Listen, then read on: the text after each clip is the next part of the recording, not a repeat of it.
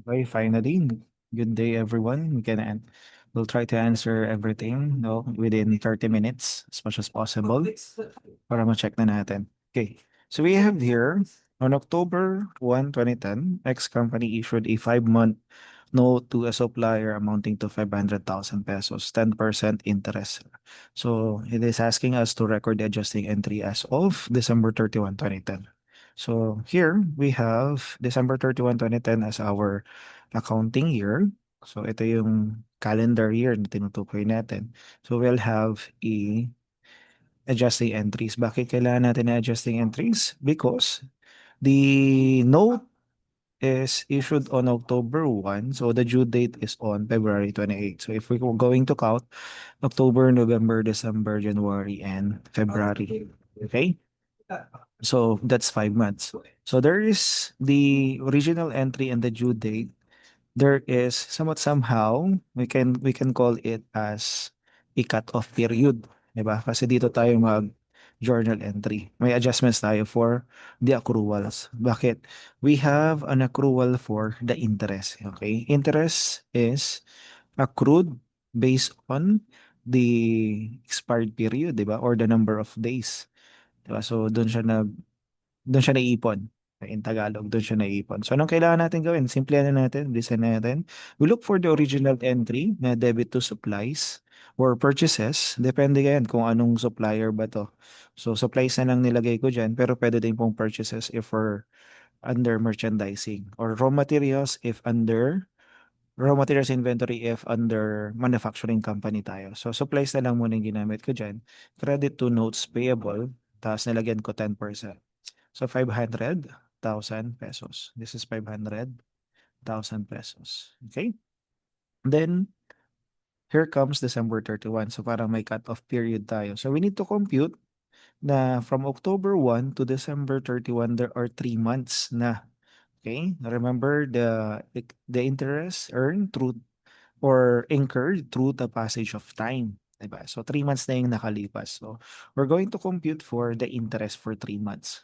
Kasi yun yung kailangan nating i-charge sa year 2010 using the matching principle nga na napag-aralan nyo na nakaraan. So 500,000 times 10% times 3 over 12. Hindi po siya 3 over 5 kasi yung percentage na binigay po sa atin ay per annum po yan. Okay? Per annum or annual rate po yan. Ibig sabihin per year. Kaya times 3 over 12 kasi 3 buwan na yung nakalipas. So kapag kinumpute natin, that is 12,500. So ang journal entry natin will be debit for accrued interest, no? Debit for interest expense, credit to accrued interest payable for 12,500. Okay, so ito yung pinaganda ng ating accruals, no? So mga accruals kasi, that if we're going to talk about accrued expenses, these are expenses already incurred but not yet paid. And huwag yung kakalimutan, unrecorded. Ito ang pinaka-importante. Already incurred but not yet paid and not yet recorded. So ang gagawin mo lang, item for adjustments natin is just debit to interest expense, credit to. Actually, kahit tanggalin mo na yung accrued na name credit to interest payable. Okay, nilalagay lang yung accrued para context, no? Malatandaan na this is an adjusting entry. Okay? Tapos here comes the due date. Pinapatanong. Although hindi naman ni-require, pero tanong natin, ano yung journal entry ng due date? So we have debit to notes payable, 500,000. Credit to accrued interest payable, 12,500.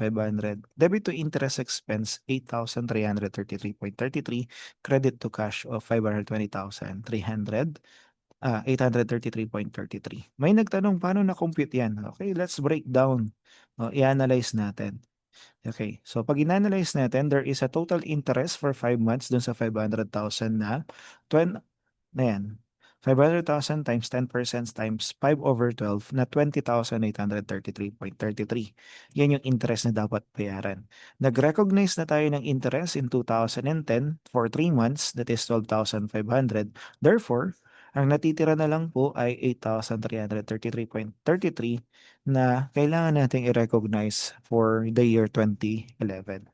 So another computation po ng 8,333, napakasimple lang. That's 500,000 times 10% times 2 over 12. Ayan, kaya na-compute natin yung 8,333. Ngayon, paano natin siya isa-isahin? Una, babayaran natin yung utang. So, debit to notes payable. Okay, lagyan ko pala ng 10% kasi nilagyan ko to ng 10%. Credit to cash, 500,000.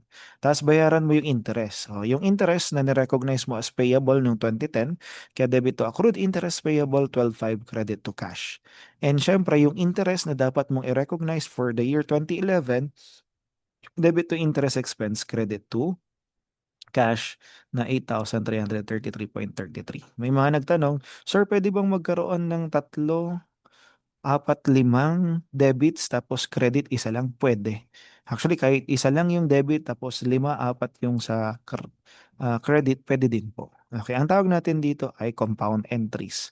Pero pwede din naman natin siyang i-simplify ng ganito. Kung nahihirapan ka pa, pwede mo muna siyang i-dissect, i-analyze mo muna siya bago ka gumawa ng compound entry. Sir, paano na-compute yung 520? Ito, tinan mo.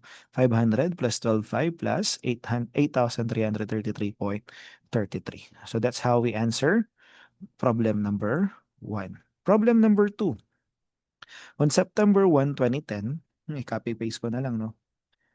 Okay. On September 1, 2010, number 2 na tayo, X company issued a note to supplier amounting to 300,000. Oh, so almost the same na, madali na lang to. Also, there was an unpaid and unrecorded salaries at the end of the year dated December 31, 2010 amounting to 25,000. Give the adjusting entries. Again, para makita lang natin kung paano nangyari.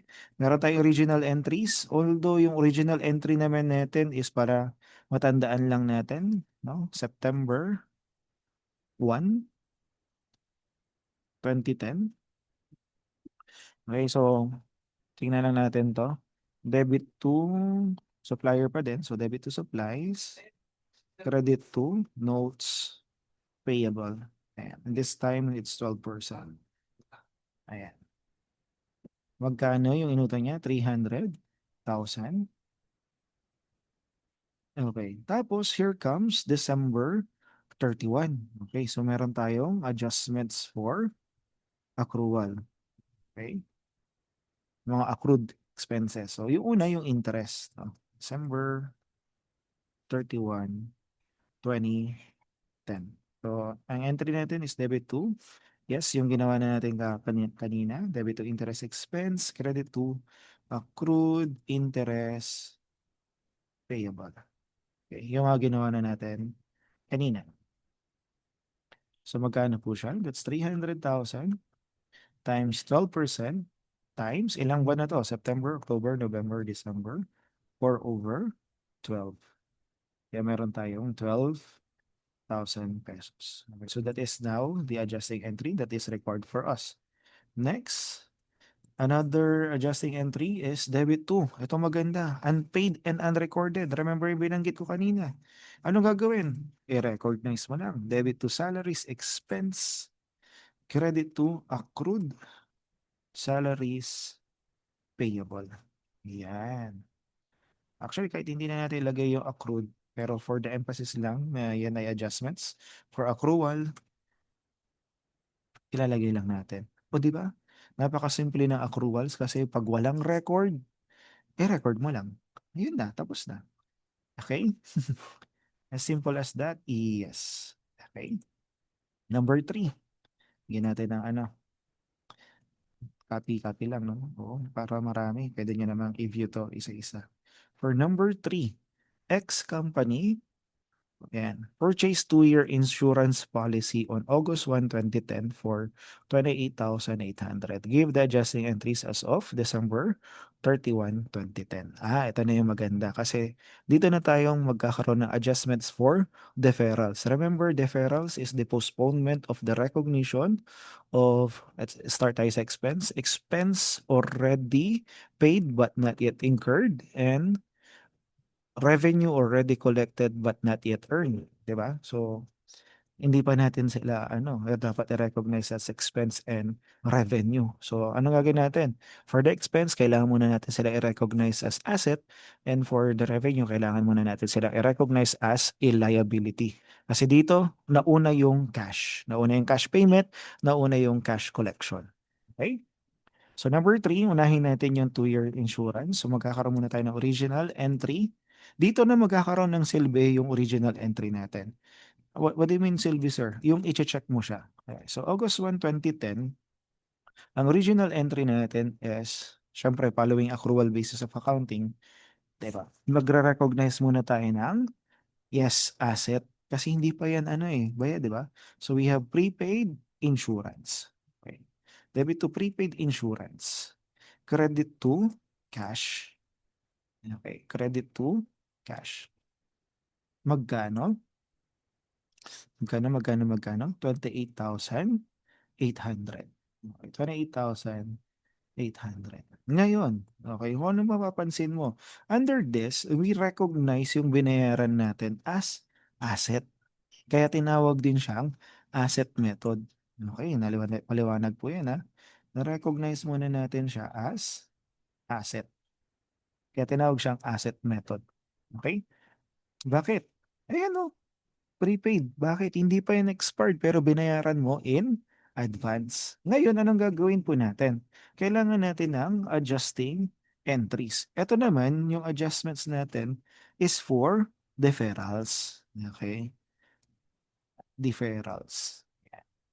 So, bakit siya naging deferrals? Kasi pinostpone muna natin yung recognition niya, di ba? Na dapat expense na yan, pero hindi. Kasi hindi pa naman natin nagagamit yung benefit, di ba? So, anong gagawin natin? I-adjust natin. So, should we adjust for cash? No. Remember, wala po, never pong magkakaroon ng adjusting entries na ang involved ay cash. Okay, so ang i-adjust natin yung prepaid insurance. Bakit? Yung insurance po is through passage of time. Alam naman natin we are protecting ourselves for uncertainty. And this uncertainty is based on the number of periods. And this period is, sabi niya, 2 years insurance. So, hindi natin alam kung anong klaseng insurance yan, kung pwedeng insurance yan sa fire protection, insurance yan sa service vehicle. Hindi niya sinabi, pero nilagay na natin yan as part of the prepaid insurance. Ngayon, syempre kung December 31, from August to December 31, may nagamit na tayo na portion. May nag-expired na dyan. 'Di ba? Kasi naprotektahan na tayo for uncertainty, no? Doon sa mga panahon na 'yon. So kailangan na natin siya i-recognize, recognition. Okay? Kaya i-adjust na natin siya. So paano natin siya i-adjust? Ito hindi na siya 28,800. Kaya ang gagawin natin, babawasan natin 'yan. So paano natin siya babawasan? Credit. Kaya ito, credit to prepaid insurance. Ayan. Ngayon, anong kapartner ng prepaid insurance kapag nagamit na? Insurance expense. Nakuha ninyo kung ano yung ginawa ko? Ina-analyze natin yung transactions, no? Ang kailangan nating i-adjust yung prepaid insurance. So, para mabawasan siya, credit. Ganun lang. Tapos hanapan mo lang kung ano yung kapartner niya, which is kailangan na natin siyang i-expense. Ngayon, magkano? Madali lang naman yun. Ilang buwan na ba yung nag-expire? We have, yes, August, September, October, November, December. 5 months na. So, nagagawin lang natin, 5 months, we have 28,800 divided by 24 kasi 2 years yan. Tapos, multiply mo lang dun sa number of months na nag-expire. Okay, so, we have 6,000. Again, paano yun? 28,800 divided by 24 kasi para malaman natin yung monthly amortization mo times 5 months na nag-expired. Ayan, so, 6,000. Okay na? So, yan yung adjusting entries natin using the asset method. Okay tayo dyan, ha? Yan yung asset method na tinutukoy natin. Under accrual. Ngayon, may pwedeng magbago. Ano yung pwedeng magbago? Lagay ko na din pala to, December 31. 31/20/10. Ano yung pwedeng magbago? Ito po, may alternative kasi tayo. Okay, so lagay natin, alternatively, meron na tayong, okay, yung isang method. Ano yung isang method? Kakopy ko na lang to. Okay, so ano yung isang method? Burahin ko to. Yung tinatawag nating expense method. So gawin natin siyang expense method. Ayan, alternative method po ito. Gawin nating red para makita niyo yung pagkakaiba. Pero hindi niya ibig sabihin yan, malit ah. Mali, Okay, so dito po, instead na i-recognize niyang asset, in-expense na niya. Ayan, kaya ginawa niya debit to insurance expense 28,800 noong August 1. Okay. So here comes December 31. Ang tanong, lahat ba yan ay expense na? Siyempre hindi pa kasi ang nag-expire lang na benefit natin is for 5 months. So anong gagawin po natin? Kailangan i-recognize natin na may natitira pang 19 months. 'Di ba? So anong gagawin natin? Sobra 'to, 'di ba? So anong gagawin natin para mabawasan 'yan? Credit. Kaya meron ka ng credit to insurance expense. Anong ide-debit mo?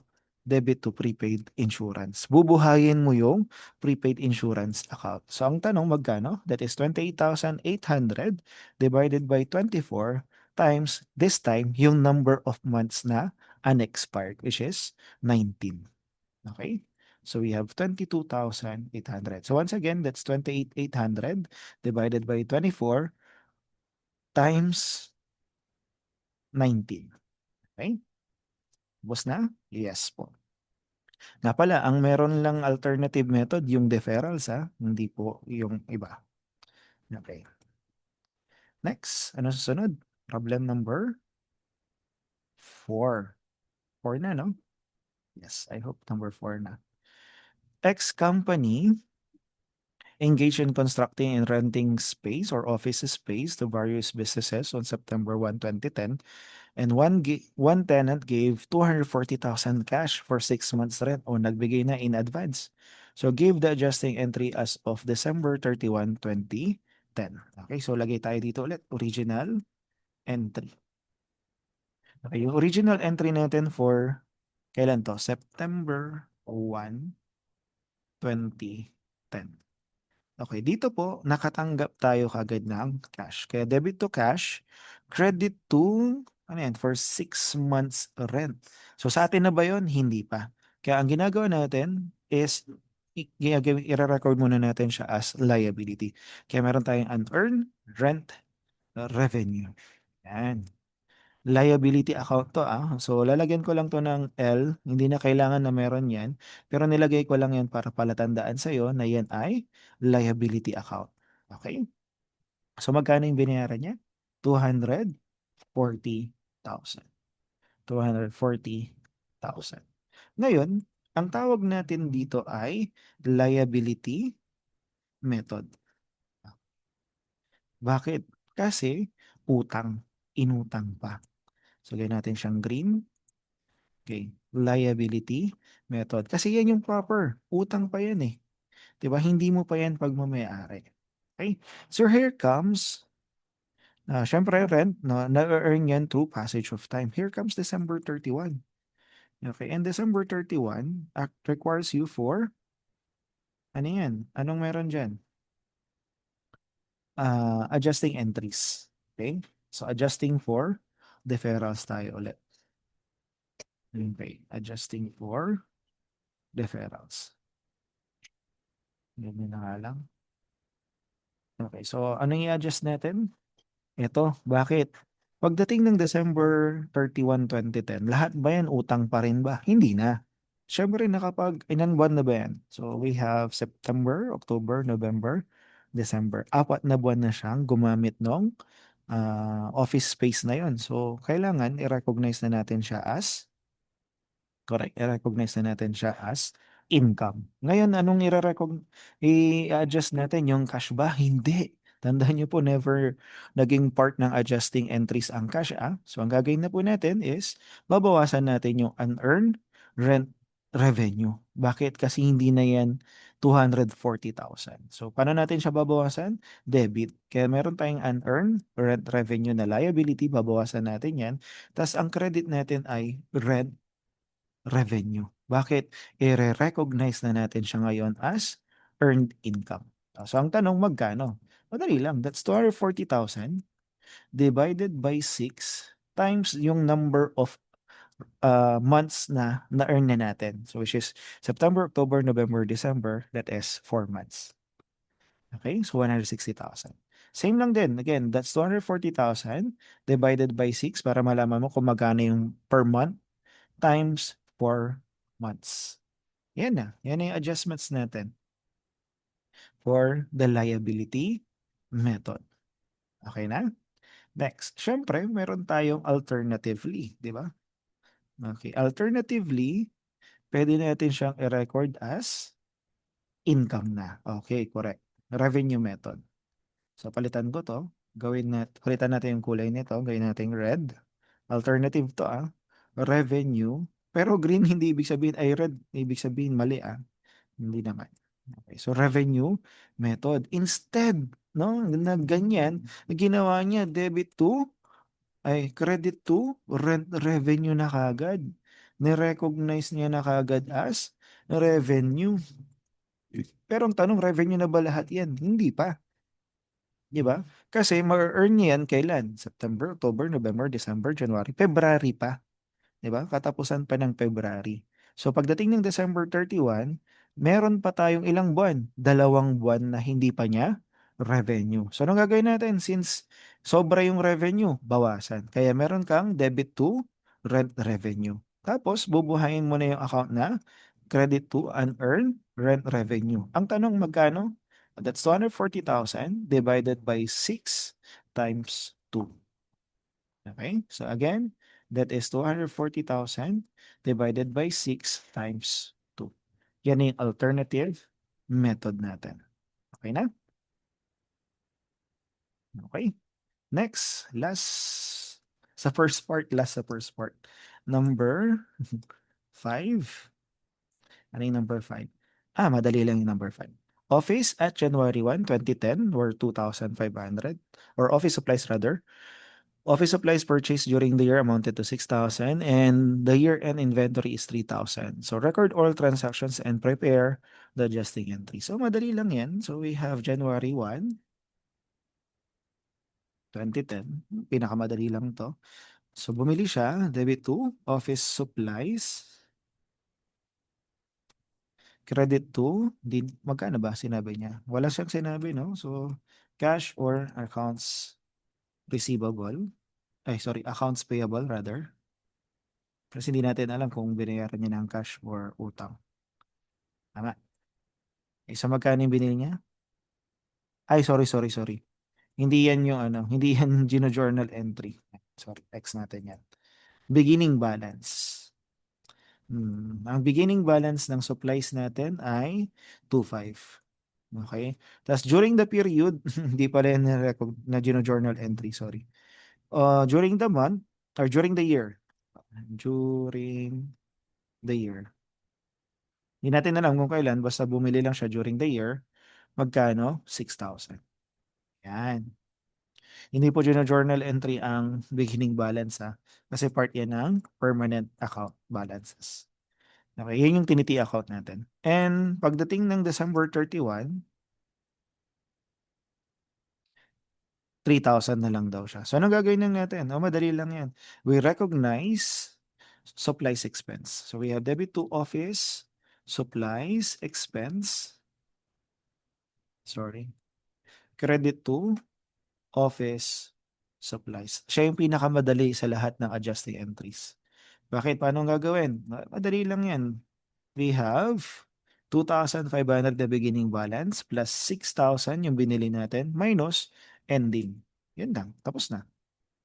Okay? So, again, that is 2,500 plus 6,000 minus 3,000.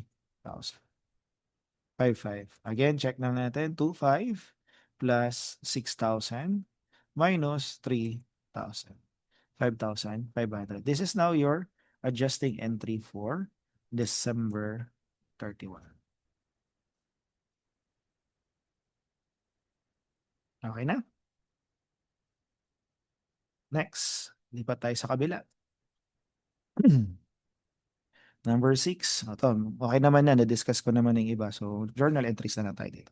Wages earned in December 2010 and paid and unrecorded on December 31, 2010 amounted to 27,000. The last payroll was 28 December 28, 2010, and the next payroll will be January 3, 2011. Prepare an adjusting entry as of December 31, 2010, assuming 5-day work week.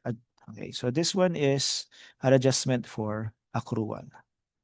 So check natin. Wages earned in 2010 paid and recorded December 31 is 27,000. Okay, so sinabi niya lang naman kung magkano. Okay, lakihan na lang natin to. Adjusting entry natin. Number 6 po ito. Mali na lang yung number na nakalagay dyan. Okay, adjusting entry. So, pinakamaganda talaga ay accruals. Kasi sinasabi na niya kung magkano. So, yung adjusting entry natin is December 31. Yeah. 2010. So, pwede naman natin ignore yung ibang part na sinabi niya. Yes, kinda. Yeah, pwede mo nang ignore. Pwede naman. Kasi, dali na lang siya. Sinabi na niya kung magkano eh. 'Di ba? Unpaid and unrecorded. So, i-recognize na natin. So, entry is debit to wages earned yan. So, debit to accounts receivable or wages receivable. Yan, para mas maganda kasi sahod yan. Credit to uh, wages revenue, pwede, or service revenue na lang. So, debit to accrued, isip pa na lang. Accrued service revenue. Kasi dito, point of view to nung mga nagtrabaho. Ayan, yung tumanggap, tatanggap. Pwede ko pa bang bawasan to? I think pwede pa. Okay, so magkano? We have, magkano daw? 27,000. Okay. Mhm. Wait lang. Naitaas ko to. Peso sign ko lang. Ayan, 27,000.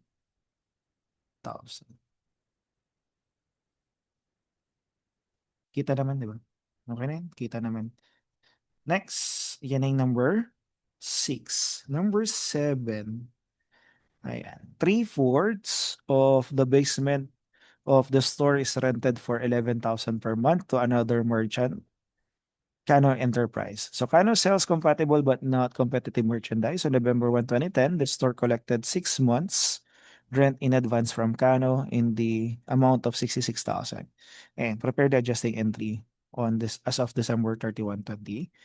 O pag ganyan, pwede nating gawin dalawa for number 7. Ayan, number 7 tayo. Pwede tayong ayan, gawin natin ay liability method kasi nakatanggap eh.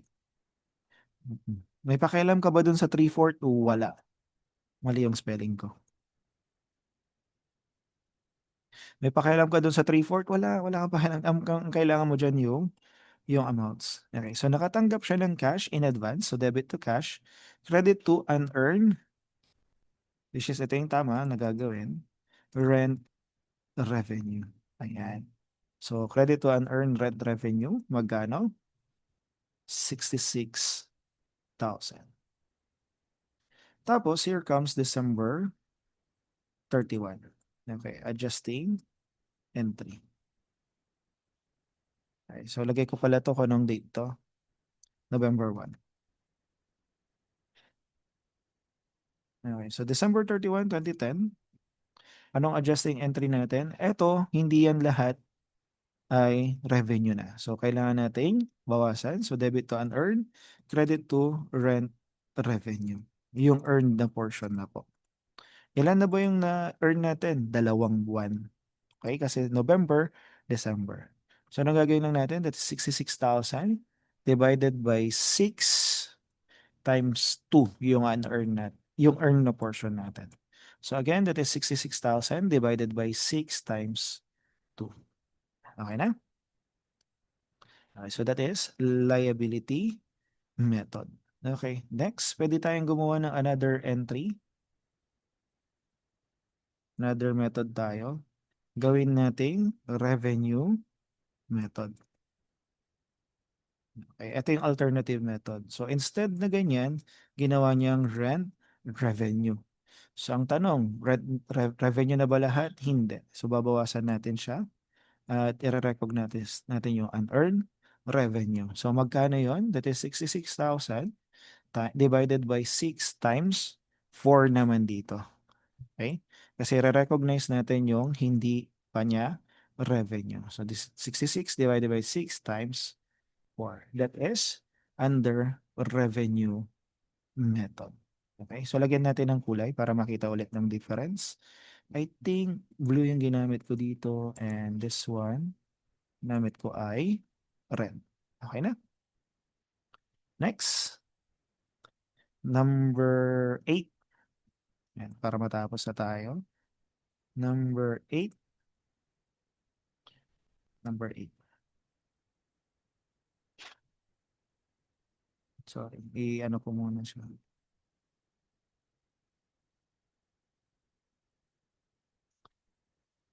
Ayan, number 8. Lapit na. The remaining basement space is rented to Gloria siya for 5,200 per month, payable monthly. Ayan. On December 31, 2010, the rent for November and December was not collected or recorded. O, ano to? Accruals. Ang ganda pag accruals. Collection is expected on January 10. So, prepare adjusting entry for December 31. So, this is adjusting entry for accruals. Ano accruals to? Accrued revenue. So, nakatanggap ka na ba ng cash? Hindi pa. Binayaran ka na ba? Hindi pa. So, ang gagawin lang natin, recognize natin, December 31, debit to rent receivable. Pwede naman. Pwedeng rent receivable or simply accounts receivable kasi yan yung business nila nagpaparenta. Credit to rent revenue. Correct. Okay. Or para malaman mo na accrual yan, o di sige, accrued rent revenue. Okay na? Kahit rent revenue, okay lang naman. Okay. So magkano? 5,200 per month times 2, 10,200. Bakit times 2, sir? Kasi November and December hindi pa bayad. Okay na? So that is for number 8. Okay. Number 9. Okay, madali lang yung number 9. Number 9. Sana mabot pa. The business receive a 90-day promissory note, 20,000, carrying interest of 12% per year. The promissory note is dated May 1, 2010, and the balance sheet date of the business is June 30. So it is also important na alam mo kung calendar year or fiscal year yung kinocompute mo. So dito, June 30 yung ating fiscal year. Okay, so madali lang to, no? Adjustments lang din tayo ulit for accruals. This time, yung accrual natin ay for interest. So we have June 30, 2010. June 30, 2010. So, debit to interest receive siya, no? So, tayo ang nagpautang. Tayo ang nagpautang. So, debit to interest receivable, credit to accrued interest revenue. Yan. Tayo naman yung tatanggap. Okay. So, magkano? Di PRT lang tayo. That's 20,000 times 12% times ilang buwan na ba yan? May 1, no? May and June, so 2 months. Times 2 over 12 or 400. So again, that's 20,000 times 12% times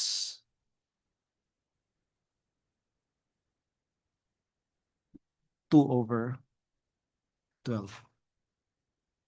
Okay, 400. Okay, wait lang. Naka-record ba ako? I think naka-record ako. Yes. Kinabahan ako. Akala ko hindi ako naka-record. Okay, number 10. Last. Okay. Number 10, madali lang yung number 10. At the start of the period, the accounts payable were 75,000. May pakialam ba tayo doon? Wala. The new supplies have a balance of 5,000. Yun ang pakialam natin. Total purchases amount to 180,000 during the period, including the supplies of 15,000. Yun yung pakialam natin. At the end of the year, the unused supplies balance is 4,500 and the accounts payable is 45,000. So, ano adjustments natin? Yung supplies. So, debit natin is debit to supplies expense, credit to supplies. Yan na. Ang tanong, magkano? Magkano siya? We have a balance of 5,000 plus bumili ng 15. Bakit napunta yan dyan? Plus 15,000. Tapos ang balance na lang niya ay 4,500. Yan na.